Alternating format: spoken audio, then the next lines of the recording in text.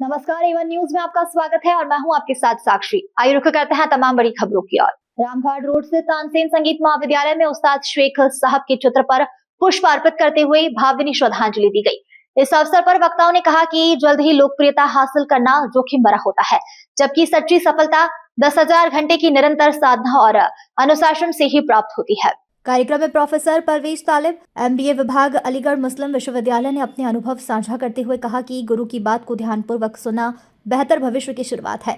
उन्होंने कहा, अलीगढ़ के शिक्षक और अभिभावक अपने शागिर्दों को आगे बढ़ाने में लगातार लगे रहें, चाहे कोई भी हुनर क्यों ना हो। समर्पण से समुद्र में मोतियों की तरह सफलता निकाली जा सकती है।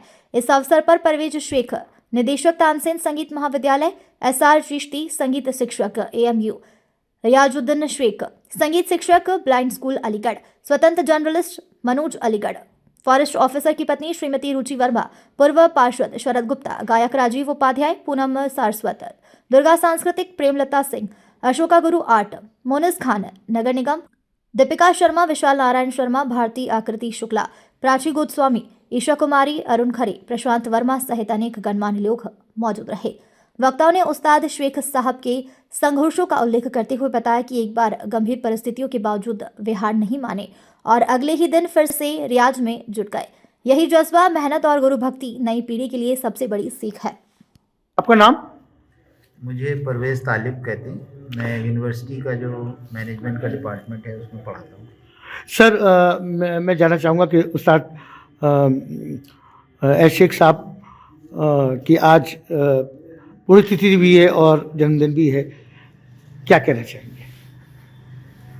उस्ताद तो जैसा मैंने अभी पहले भी कहा था कि उस्ताद अलीगढ़ के हिसाब से बहुत बड़ी शख्सियत थी जी। अलीगढ़ उनके मुकाबले बहुत छोटा, क्योंकि जो उनके पास कला और जो हुनर था, अगर उसका एक बड़ा दायरा होता, जैसे कैलकटा है या बॉम्बे है, तो उस्ताद की सही कदर हो पाती जी। क्योंकि आजकल गाने वाले तो बहुत मिलते हैं, जी। लेकिन बहुत कम गायक ऐसे होते हैं जिनका शास्त्रीय संगीत का बेस बहुत मजबूत होता है। तो उस्ताद ने ये कला बाकायदा रियाज के साथ हासिल की और बरसों रियाज के बाद जो है उन्होंने एक संगीत की फील्ड में कमाल हासिल किया। और मैंने जैसा वाक़या बताया था उनकी ज़िंदगी का, जो उन्होंने ख़ुद मुझसे शेयर किया, जब मैंने उनसे पूछा कि आपने म्यूज़िक की फील्ड में ये दक्षता कैसे हासिल की जी, तो उन्होंने एक वाक़या बताया था जी कि जब हम लोगों को ये हुआ कि म्यूज़िक संगीत सीखना है, तो हम लोगों ने एक किराए का कमरा शहर से दूर लिया और वहाँ जाके हम लोग फिर रियाज करते थे, प्रैक्टिस करते थे। तो जैसा आप जानते हैं कि शेख साहब जो थे वो उनकी बीनाई नहीं थी, वो देख जी नहीं सकते थे जी। लेकिन और उनके कुछ साथी थे जो उनके साथ उनको ले जाते थे उस कमरे से और ये 4-4, 5-5 घंटे रियाज करते थे। तो एक बार शेख साहब कुछ लंबा उन्होंने रियाज किया तो इनके साथी जो थे इन्हें छोड़ के चले गए, ये अकेले रह गए। और ये जब वापस आए तो जब ये रास्ते में आ रहे थे तो किसी जानवर ने इनको सींग मार दिया और ये नाली में गिर गए। पूरी रात ये उसी हालत में वहाँ पड़े रहे। खैर सुबह लोगों ने इन्हें देखा और इन्हें घर पहुँचाया गया, लेकिन उनका म्यूज़िक के लिए ऐसा लगाव था कि अगले दिन फिर वो उसी रियाज के लिए वैसे ही चले गए जैसे वही सिलसिला आगे बढ़ता रहा। तो मैं ये कह रहा था कि किसी भी हुनर को, किसी भी फ़न को हासिल करने के लिए जब आदमी का इस लेवल का कमिटमेंट होता है, तब वो एक दक्षता, एक कमाल उसमें हासिल करता है। तो शेख साहब ने उसको बड़ी मेहनत से हासिल किया, जिसे कहते हैं ना अपना खून पिला के किसी हुनर को परवान चढ़ाना। तो शेख साहब के अंदर ये नाम? Doctor SR Chishti. मैं जो हूँ तबला अनुदेशक था अलीगढ़ मुस्लिम यूनिवर्सिटी में। अभी मैं जून में रिटायर हूँ वहाँ से। सर, एस शमसुद्दीन शेख साहब जो कि ब्लाइंड स्कूल से ताल्लुक़ रखते थे और इनके सिखाए हुए जो छात्र छात्रा हैं वो आज बॉलीवुड में नाम कर रही हैं सर। तो आपने भी उनके साथ काफ़ी समय साथ रहा है। से जो है 92 में मैं आया था अलीगढ़, उस वक्त कश्मीर में टीचर था म्यूज़िक का। उसके बाद से फिर मैं उनसे जुड़ा रहा, करीब कई सालों तक जुड़ा, 30 साल तक मान के चलिए।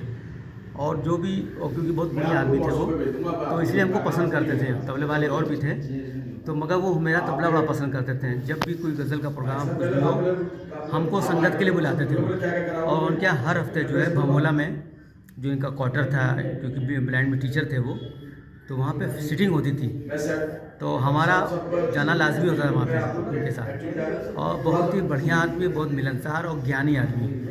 तो कभी भी कोई संगीत के बारे में कोई गुफ्तगू बातचीत होती, वो हम ही को बुलाते थे, संगीत के बारे में बात करते थे उनसे। सर मैं एक बारीक बात जानना चाहूँगा कि जो भी लोग रिदम में या ताल से जुड़ना चाहते हैं तो किन खास चीज़ों को वो ध्यान में रखें, जो बजाने का अगर सीखना चाहते हैं कोई भी रिदम में किसको सीखना, मतलब जो है तबला हो, ढोलक हो, पैटर्न वही है पैटर्न वही है सर। तो क्या ज़रूरी है? देखिए, इसमें एक्चुअल के जितने बड़े बड़े सिंगर हुए हैं जी, सब ने तबला सीखा है, तब सब तबले के बारे में जानकारी हासिल की, चाहे वो मेहदी हसन हो, चाहे गुलाम अली हो, चाहे कोई भी मतलब हो। और आपके जो है सुरेश वाडकर हो, सब ने बेहतरीन तबला तबला बजाने के बाद जो है क्या कहते हैं, फिर उन्होंने सिंगिंग किया। क्योंकि तबले का ताल का ज्ञान होना बहुत ज़रूरी है, क्योंकि गाना तो आप सब गा लेते हैं, अगर ताल में कट गया समझ सब गड़बड़ा गया मामला। जी, तो ताल का होना बहुत ज़रूरी है। सबसे पहले सिंगर को ताल के बारे में बताते हैं। अगर मैं गलत नहीं हूँ तो बेसुरा चल सकता है, बेताला नहीं बेताला, बिल्कुल सही कह रहे हैं, बेताला। यहाँ तक कि नाट्यशास्त्र की किताब आई थी, 5000 साल पहले लिखी गई थी, भरत मुनि लिखी थी किताब। उसमें लिखा था उसके अंदर कि जो भी क्या कहते हैं गाने वाला, जैसा कि आपने कहा कि अगर सुर में नहीं है तो बेसुरा चल जाएगा, ताल में चलेगा, तो उसको वहाँ पे बैठालते थे गाने वाले को। और वहाँ उस ज़माने में कहते हैं उसको चमड़ा कूटने वाले पर बैठाओ जी, चमड़ा कूट रहा, बीट दे रहा है वो उस साल बैठा रहे, उस सीखे कि चमड़ा कूटने वाले का भी एक रिदम होता है, उसको ज्ञान उसका दिमाग में रख के तब गाना सीखे वो। तो ऐसा भरतनाट्य शास्त्र में भी कहा गया है पहले। तो आपने जो कहा सही कहा बिल्कुल, कि बेसुरा चल जाएगा, बेताला नहीं चलेगा। दिल में धक्का पहुँचता है बिल्कुल से वो, क्या ये से क्या कर दिया, कितना भी अच्छा गाया, अगर ताल से नहीं है बेकार सब। क्योंकि देखिए जो पूरा शिस्ती है, ये पूरा ताल में है सब। चाँद जो है अपने समय से निकलता है, सूर्य अपने समय से निकलता है, हम भोजन करते हैं एक रिदम में करते हैं, हार्ट हमारा बीट करता है, ये एक धक धक धक एक रिदम में करता है। जिस दिन इसका रिदम टूटेगा तो उसका प्राण त्याग हो जाएगा इसका। तो रिदम का बहुत महत्व है इसका, इसलिए कहते हैं मनुष्य के एक प्राण, एक ताल है और एक लय है। मनुष्य के दो प्राण में दो चीज़ है, ताल और लय, इसका होना ज़रूरी है, बिना इसके जो है असंभव है गाना बजाना। साजिदीन शेख। मैं सर अगर गलत नहीं हूँ तो रिदम की जो बात अगर आती है तो, क्योंकि आपने तो ऑल इंडिया रेडियो तक अपने अनुभवों को साझा किया है, और तो सर मैं ये कहना चाहूँगा कि बेसुरा चल जाता है, बेताला नहीं चलता, क्या कहना चाहेंगे? ये बात ठीक है, बेसुरा तो चल जाता है, बेताला बिल्कुल नहीं चलता है जी और आज जैसे यहाँ पे मेरे फादर जी डैडी के आज 5 साल हो गए हैं पापा को मेरे, और हमने जो कुछ सीखा अपने पापा से सीखा है। और मेरे उस्ताद हैं एस चिश्ती साहब, वो भी यहाँ मौजूद थे, और मैंने लखनऊ में भी सीखा है मदन मोहन जी से, किशन पाल सक्सेना जी से। ये सब मेरे उस्ताद गुरु हैं, और सबसे पहले गुरु मेरे फादर थे जो अब नहीं है, लेकिन मैंने उनसे बहुत कुछ सीखा है। वो मुझे अपने साथ हर जगह ले जाते थे, बिठा देते थे कि बजा तबला। सर साहब मैं अगर गलत नहीं हूँ तो मैं पिछले 25-26 सालों का अनुभव साझा कर रहा हूँ कि अगर कोई भी ज़रा गलत बजाता था तो उस्ताद डांट देते थे, भरे मंच पे डांटा उन्होंने। भाई हमें डांट पड़ी है, पापा ने हमें डांटा है, जैसे हम बजा रहे हैं जहाँ भी गलत हुआ वहीं डांट देते करते। वो डांट से ही सीखे हम लोग, संगत जो मैं सीखा हूँ डांट डांट के सीखा हूँ। संगत शुरू से मैं तबला शुरू किया, और संगत भाई हमारा घराना था, हम इंदौर घराने के हैं, और खून नहीं हमारे भाई पापा थे, तो हम लोगों में भी, तो मैं संगत अपने आप से ही पापा को सुन सुन के मैंने संगत सीखी है। अगर मैं गलत नहीं हूँ तो डैडी को अनुशासन बहुत पसंद था, लोग दहशत में रहते थे छात्र छात्राएं। हम भी जब घर से लेट हो जाते थे तो जूते उतार के अंदर जाते थे डर के मारे। अनुशासन बहुत सख्त था, बिल्कुल बिल्कुल सख्त अनुशासन तो आज की बात अगर आएगी, बिल्कुल बिल्कुल। ये एक आज मैं यूनिवर्सिटी में पापा थे वहाँ पे 2002 में रिटायर हुए, उसके बाद मैं वहीं पे उनकी जगह म्यूजिक टीचर पे काम कर रहा हूँ और ये मेरे फादर की ही देन है और गुरुओं की देन है, उनकी दुआ जो है। छात्र रिदम में आना चाहते हैं उनके लिए क्या संदेश देना चाहिए? भाई वो रिदम में भाई आप अभ्यास करें, गुरुओं के पास जाएं, प्रैक्टिस करें। अब आजकल बच्चा प्रैक्टिस ही नहीं करता है, डायरेक्ट वो कैरोके पे गा लिया, यूटर्न लेना चाहता है। हाँ बस वो रिकॉर्डिंग पे गा लिया। अब रिदम है, आप रिकॉर्डिंग रिदम पे गाओगे तो क्या आएगा जब तक आप गुरु के साथ बैठ के उसको सीखोगे नहीं। अगर मैं गलत नहीं हूँ तो गुरु गूंगे गुरु बाबरे, गुरु के रहिए दास। हाँ बिल्कुल, ये परंपरा है हमारी भारतीय संस्कृति। तो बस ठीक है। और यही बस कि आज पापा के हमारे 5 साल हो गए तो उसके इसमें ये प्रोग्राम किया गया है। आपने श्रद्धांजलि दे रहे हैं, याद कर रहे हैं उनको। ठीक। आपका नाम? मेरा नाम परवेश शेख।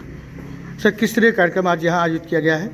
आज तानसेन संगीत महाविद्यालय में उस्ताद शेख साहब को श्रद्धांजलि और उनका जन्मदिन था, जन्मदिन भी आज ही होता है, उनकी पुण्यतिथि भी आज थी, तो उसी के उपलक्ष्य में बच्चों ने श्रद्धांजलि अर्पित करी और भजन से और गज़ल से उन्हें इस आज के कार्यक्रम को उन्हें ट्रिब्यूट किया।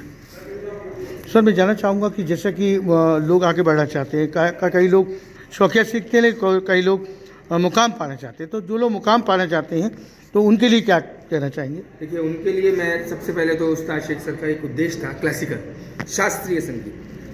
जो बच्चे मुकाम पाना चाहते हैं उन्हें शास्त्रीय संगीत सीखना पड़ेगा। अगर 2 पल की उन्हें ऊंचाई चाहिए तो यूट्यूब से सुगम संगीत गाएं, बट अगर उन्हें परमानेंट आगे बढ़ना है, मुकाम पे जाना है, तो शास्त्रीय संगीत को अपना उद्देश्य बनाना पड़ेगा। जैसे कि सबसे बॉलीवुड के में जो आज कई लोग अपना नाम कमा रहे हैं, कहीं ना कहीं वो तानसेन से ही उन्होंने शिक्षा प्राप्त की और शेख साहब का उनको सानिध्य मिला, तो कहीं ना कहीं उस्ताद की ज़रूरत पड़ती है। जी बिल्कुल, बिना उस्ताद के तो गुरु बिना कैसे गुण आ गए। बिना उस्ताद की ज़रूरत कभी कोई बच्चा आगे बढ़ नहीं सकता। जो बच्चे बॉलीवुड में हमारे यहाँ वरुण जैन है, जो मूवीज़ में अभी प्लेबैक सिंगर है, सुप्रिया जोशी है, जॉली भल्ला, ये सब इन लोगों ने बड़ा मुकाम हासिल कर लिए, प्लेबैक सिंगर है, मूवीज़ में गा रहे हैं और अपना अपना विद्यालय भी चला रहे हैं, सिखा भी रहे हैं बच्चों को। यहाँ भी आप क्या संदेश देना चाहेंगे जो बच्चे गा रहे हैं या मैं ये संदेश देना चाहूँगा, जो बच्चे गाना गा रहे हैं वो सीखें और ज्ञान लें, अच्छा सीखें, ऊंचाइयों पर जाएंगे। शौकिया सीखें तब भी चीज़ों को जानें, थ्योरी जानें, प्रैक्टिकल जानें, फिर वो आगे बढ़ें। ये मेरा उद्देश्य है। फिलहाल खबरों में इतना ही। तमाम खबरों के लिए बने रहिए हमारे साथ।